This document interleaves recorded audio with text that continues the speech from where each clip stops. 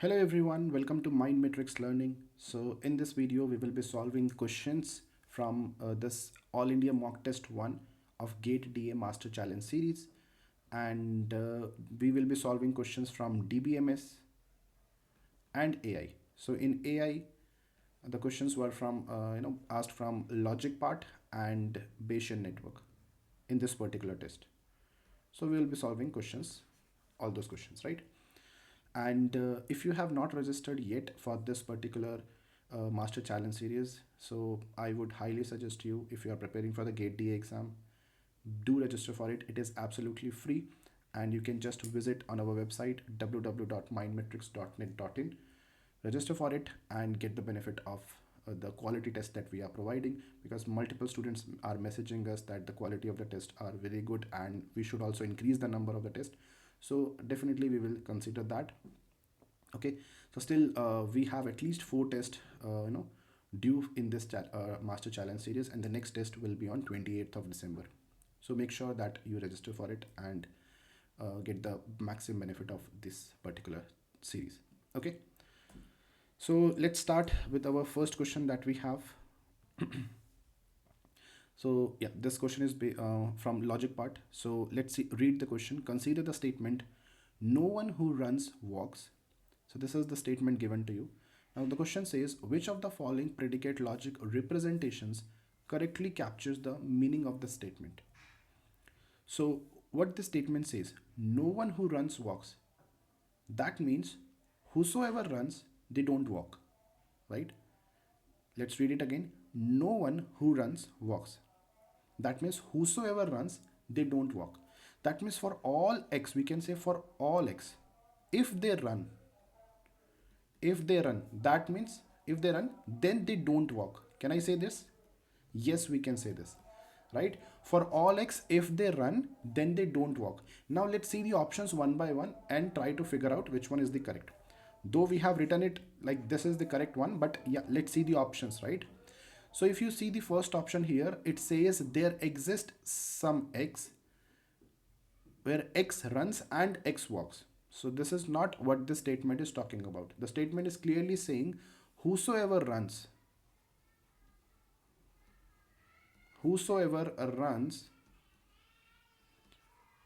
they don't walk, right? Whosoever run, they don't walk. So definitely the option A is incorrect. What about option B?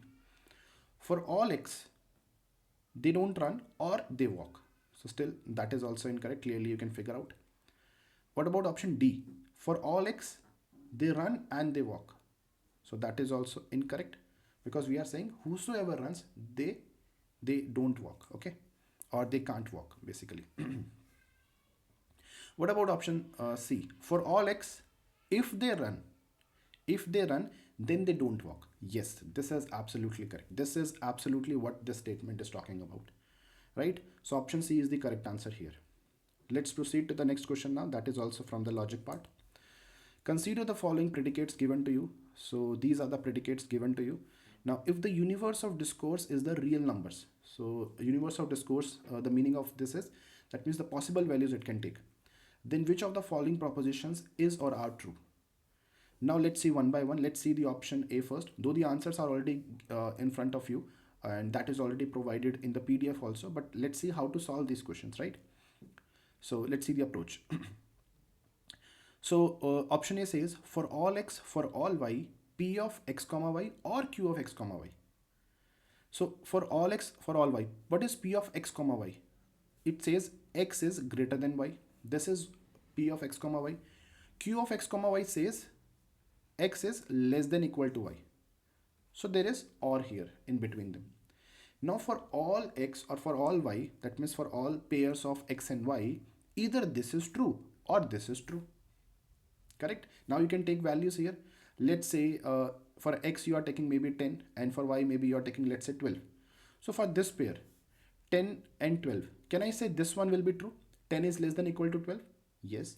You can take any value, any real number. And let's say if I say maybe 8 and then 5, then for this particular pair, I can say this will be true. 8 is greater than 5. So for any real number, this is the universe of discourse here. This predicate is correct here. Is this clear to all of you? This proposition is correct here. Okay. So option A is definitely the correct answer. What about option B here? Now carefully see this option B. There exists some x for which s of x is true, right? So let's first understand this one. There exists some x for which s of x is true. What is s of x? X is greater than 9. That means there exists some value which is greater than 9. Okay, so can I say this is true? Yes. If universe of discourse is the real number, definitely this is correct. And so there is an and here. Now consider this one. Not for all x r of x. What is r of x? R of x says x minus 7 is equal to 2, or you can say in other words x is equal to 9. Now here it is saying not for all s r of x. Yes, that is also true. That means not for all values of x, x is equal to 9. X can be anything, right? X can be 10, 11, 12, 8, 5, anything, right? So this is also true. So can I say this is true and true? So definitely this is true. So second option is also correct here. What about option C? There exists some y for all x, s of y and q of x comma y. Now carefully see this. So here we don't have x in s of y. So let's consider there exists some y for which s of y. So there exists some y for which s of y. So we can take some value here. Let's say a y value we are taking as 10, right? Any value you can take. So for which s of y is true, okay? And for this one, there exists some y for all x, q of x comma y. What is q of x comma y? X is less than equal to y. This is q of x comma y. So there exists some y for all x. Now you tell me, is it possible that some value of y will be greater than equal to all values of x? No, that is not possible, right? Let's say you are taking the value of y as 10. Okay, for example, now this 10 is not greater than 11. This 10 is not greater than 12, right? So here it is saying there exists some value of y which is greater than equal to all values of x. So definitely this is false, right? This is false. So that is the reason this one is incorrect. Okay. What about option D? For all x, for all y, r of x and s of y, if this is true, if this is there, then q of x comma y. Now let's understand this one also carefully. So here it is saying for all x, for all x, for all y, r of x and s of y. If this is there, then if this, then this, q of x comma y. Okay, let's see one by one. So for all x, for all y, what is r of x? X is equal to 9 and s of y is x is greater than 9.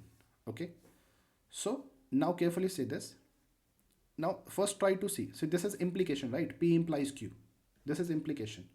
Now carefully see whether this can be true or not, right? So first try to understand this. R of x, for all values of x, R of x is true. So R of x is equal to 9. Is this true for all value of x? No. X is equal to 9. Now let's say if I take the value of x as something different, maybe 10, 11, 12, 13, 14, whatever it is, right? So then R of x is not true.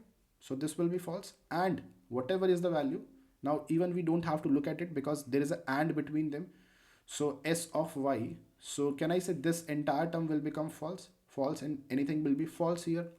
And false implies anything will become what? So I hope you know this, that how P implies Q works. So this is the implication. So here if it is false, right? If P is false, whatever is the value of Q, that does not matter, implication will be true, right? Implication will be false only in one case, when this is true and this is false. If this is true, then also it is true. So in this case it will be false. But as I can see, this is clearly false. This implication, this P, you can say this is your P, this complete one is your P, this is false. False implies anything will be false here. I mean, false implies anything will be true here, right? False implies anything will be always be true here. So that is the reason why this particular option is also correct. So what is the answer here? Answer will be A, B and D. These are the correct options. Okay, I hope it is clear. Let's proceed further. Now we have a question from this particular DBMS. So that is from file organization and indexing. Let's read the question first. The order P of B tree node is defined as, so they have given the definition of what is order of a B tree node. Each B tree node except root can have at least P and at most 2 P keys.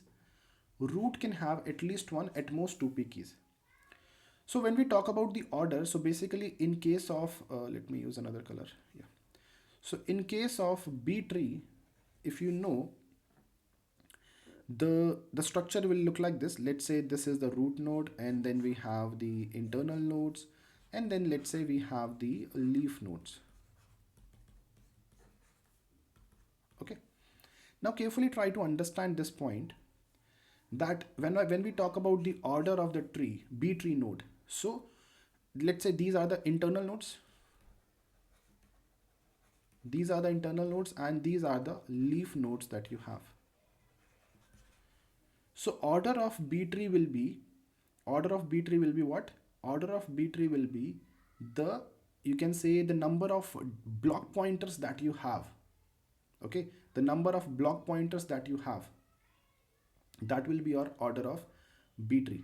Now here in this definition, they have given that each B tree node except root can have at least P and at most 2 P keys. So if you know the record pointer along with the key, you can have it, you can store it in the, that will be there in the internal nodes as well as at the leaf nodes. This is the property of B tree. In case of B plus tree, these record pointer and the keys, so basically this is the pair, key and record pointer. This is the pair. So in case of B tree, that will be present in the internal nodes, right, as well as leaf nodes. In case of B plus tree, these key plus record pointer will be present only at the leaf node. But here we are talking about the B tree only, right? So what will be the order?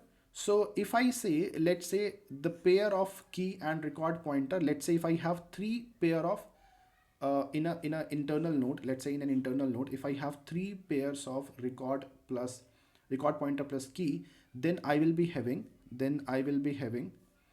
1, 2, 3, 4. So always whatever is the number of key plus record pointer you are storing, there will be one more than that block pointers available in that particular node, right? And that will be same for all the internal nodes and the leaf nodes. That is the property of B tree. So now the question says, given that the block size is 1k bytes, so one block size, so this is one block size is 1k bytes, the data record pointer size is given to you, that is 7 bytes long. Value field, that means the key, they are talking about the key, is 9 bytes long, and a block pointer is 6 bytes long.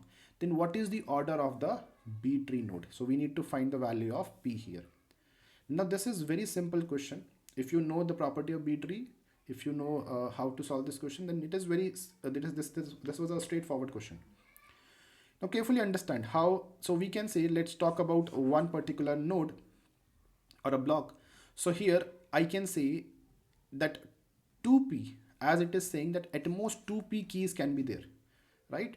Except root, it is saying that can have at least p and at most 2p keys. So at most 2p keys, when I say 2p keys, that means, and we know that key and record pointer will be there. So key size is 9 bytes long plus record pointer size, right? What else you have in that block? Now, as I told you, whatever is the number of these pairs of key and record pointers you have, there will be one more than that. There will be one more than that. There will be one more than that. Block pointer will be there. So block pointer size is 6 bytes long, right? And this should be less than equal to, what? The block size, which is 1k bytes. That means 1024 bytes. Now if you solve this question, so this is going to be 9 plus 7, that is going to be 16, so it is going to be 32p, plus this is going to be 12p plus 7 less than equal to 1024 bytes. So this is further, if you solve, this is going to be 4p less than equal to, this is going to be 1017, right? Now if you solve this, 1017 divided by 44, so 23 will be the answer. 23 will be the answer. Okay, I hope it is clear. So you will be getting something like 23 point something. So as it is less than equal to, so the maximum you can have is 23. Okay, so this is the order of this given B tree. Fine. So that is your answer. I hope it is clear to all of you. Okay, now let's proceed further. Now this is the question that we have from Bayesian network. Let's read the question. Consider the following Bayesian network where F is having the flu and C is coughing. So probability of F is given, that is 0.1, probability of C given F, that is 0.7, probability of C given not of F is 0.4. Determine P of C so that it specifies the same joint probabilities as the given one. Now, and round your answers to 2 decimal places. Now this was also a really simple question, right? If you know how Bayesian network works. So I can say that probability of C. So first let's see what is the joint probability. How do you write the joint probability here? Just a minute. Yeah. So you can write like this: probability of C comma F will be what? Probability of F multiply probability of C given F, right? This is how you write it. Clear? As I have explained in my AI lectures also. So if you have not watched the complete playlist of AI yet, so, and basically when I say AI, that means in AI we have a module, complete module, that is reasoning under uncertainty. So that module I have already covered on YouTube, so you can watch all those lectures. Total 9 lectures are there, right? So let's see here. So this is the joint probability that this is how we can calculate P of F into P of C given F. Now here it is talking about determine P of C. So P of C is nothing but what? P of C will be P of F multiply P of C given not of F, or you can say probability of C given F, because here it is talking about P of C, that means that is the probability that the person is coughing, right?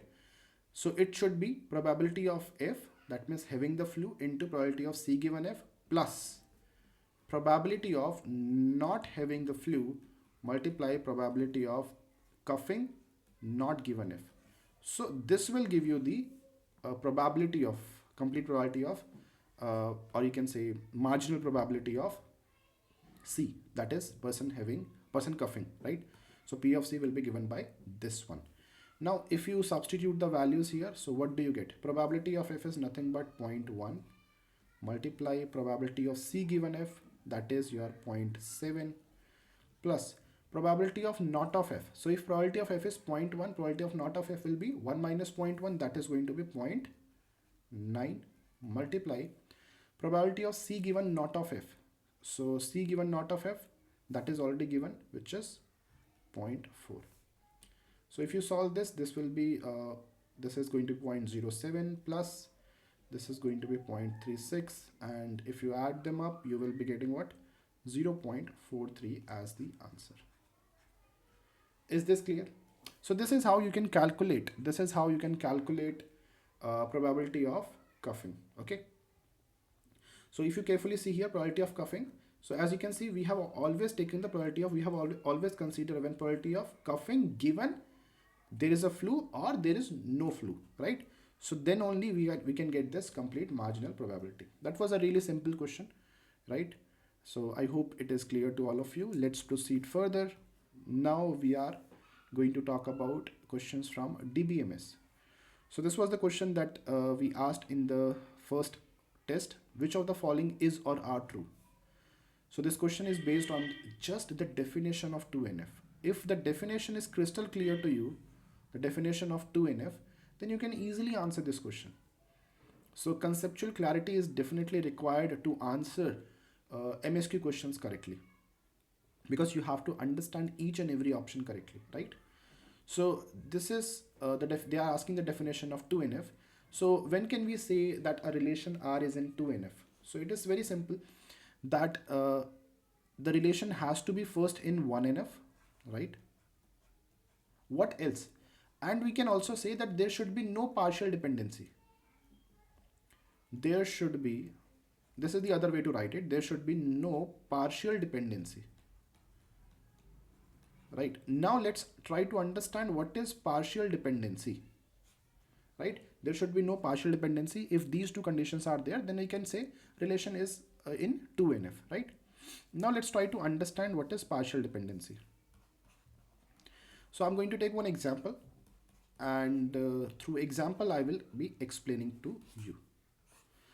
So let's say if I have something like this, AB determines C, and if I have the functional dependency like B determines C also. Now let's say AB is my key. Okay, so I have one relation having three attributes A, B and C, let's say, and AB is the key. When I say key, that means I'm talking about the candidate key, because by default whenever we are referring to key, we say we are referring to candidate key. So AB is a AB is a candidate key here, right? And you can also find out based on this relation that AB is a candidate key. Now, if you carefully observe, AB determines C and B can also determine C. Now, when I'm saying that AB is a candidate key, so what are the prime attributes that I have? I'm just giving you the entire, concept here. I'm just explaining the concept here, complete concept, so that you can get the clarity. Prime attributes are A and B. The attributes which are part of the key, those are prime attributes. And what are the non-prime attributes here? What are the non-prime attributes here? Non-prime attribute is C, because that is not part of any key. Now, what is partial dependency? This we need to understand. So if I say AB determines C, and as you can see, part of a key can also determine this non-prime attribute, right? Then this is what? This is the violation of 2NF. This is the violation of 2NF. Because due to this violation that B can also determine C, this is my partial dependency. This is my partial dependency, right? AB determines C is the partial dependency. Why? Because due to this violation, that part of a key can also determine this non-prime attribute. If part of a key can determine non-prime attribute here, so this functional dependency is nothing but our partial dependency. And if this kind of scenario is there, then the relation is not in 2NF if you have partial dependency. Are you getting it? So what can we say? I can say when a relation R is in 2NF, a relation R is in 2NF, if it is in 1NF, and if non-prime attribute is fully functionally dependent, it should not be partially dependent, as you can see here. If it is fully functionally dependent on every candidate key, it should be on every candidate key, not on just one key.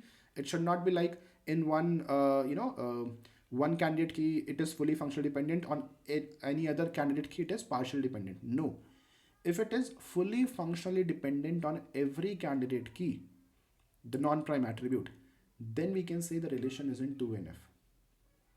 Are you getting it? Okay. And if, or the other way of saying is, the same statement we can say in the other words, if a relation is in 2NF, if it is in 1NF, and no non-prime attribute is partially dependent on any key, right? So if you see the options here, now I hope you will be able to understand. If you see option A, a relation R is in 2NF, if it is in 1NF, and every non-prime attribute of R is fully dependent on each candidate key, that means there should not be any partial dependency. The other way that we can say this statement, we can say a relation R is in 2NF, if it is in 1NF, and no non-prime attribute, there is no non-prime attribute which is partially dependent on any key. That means every non-prime attribute is fully dependent on each candidate key, right? So that is the reason option A and option D is the correct answer here. What about option B? A relation R is in 2NF if it is in 1NF and some non-prime attribute is fully dependent on each candidate key. No, not some. Every non-prime attribute should be fully dependent on each candidate key. That is the reason this is incorrect. What about relation R is in 2NF if it is in 1NF and every non-prime attribute of R is fully dependent on some candidate key? No, it should be every candidate key. So due to this sum, this statement is incorrect, and here due to this sum, this statement is incorrect. Clear? So I hope this is clear to all of you. So this was a conceptual question and option A and option D is the correct answer here. Let's proceed to the last question. So let's read it here. So what it is saying, consider a relational database containing the following schemes. So we have a catalog relation given to us and a supplier. The primary key of each table is indicated by underlying the constituent fields. Okay, that is also given. Now what is the query here? Query says select s.s number, s.s name, okay, from suppliers s comma catalog. That means there is a cross product between supplier and catalog relation where the condition is s.s number is equal to c.s number. So s.s number should be equal to c.c number and cost. Now there is one more condition. So this is kind of correlated subquery. This is kind of subquery given here. So first we need to find out the output of this you can say subquery, and then you have to use it, because if you carefully see, this is not correlated subquery, right? In case of correlated subquery, for every tuple of the outer query you have to check for the inner one, right? So this is very simple. You can just get the output of the inner subquery. Based on that you can find the output of the outer one as well, right? So you can say this is kind of non-correlated subquery. So select average of cost from catalog where p number is equal to 5. So where p number is equal to 5, p here it is, right? So you need to find the average of these two. So if you find the average of these two, that will be what? That will be 550 divided by 2, that is going to be 275. Now here we need to check the cost should be less than 275. So s.s number, let's compare. S1 is matching with this one. 150 is less than 275. Yes, so this will be there. What else? S1 is matching with S1. 50 is less than 275. Yes. Matching 100 is less than 275. Yes. S2 matching with S2. 200 is less than 275. Yes. What about this one? S2 250 is less than 275. Yes. S3 250 is less than 275. Yes, this will also be there. S3 150 less than 275. Yes. This one will not be there because 300 is not less than 275. So this will not be there in the result, and this will also be there in the result. So we need to find s.s number and s.s name. So s.s number and s.s name will be there. So these rows will be there, and the number of rows returned by the above SQL query will be 1, 2, 3, 4, 5, 6, 7, 8. So 8 is going to be the correct answer for this question. Is this clear? So that was the question based on SQL query. So that's it for this particular video. We will be posting more videos of the solutions of other questions from other subjects, right? And for the PDF, if you want the PDF of all the questions that were there in the GATE DA MCS All India Test Mock Test 1, so you can join our Telegram group. So this is the QR code. You can just scan it and you can join it. And this is the QR code for our WhatsApp channel. Okay, so I hope you liked it, and stay connected, and if you want any guidance or something, you can reach out to us through these Telegram groups. Okay, so thank you everyone for joining this. We'll see you in the next video. Till then, take care and bye bye. Thank you all. Bye bye.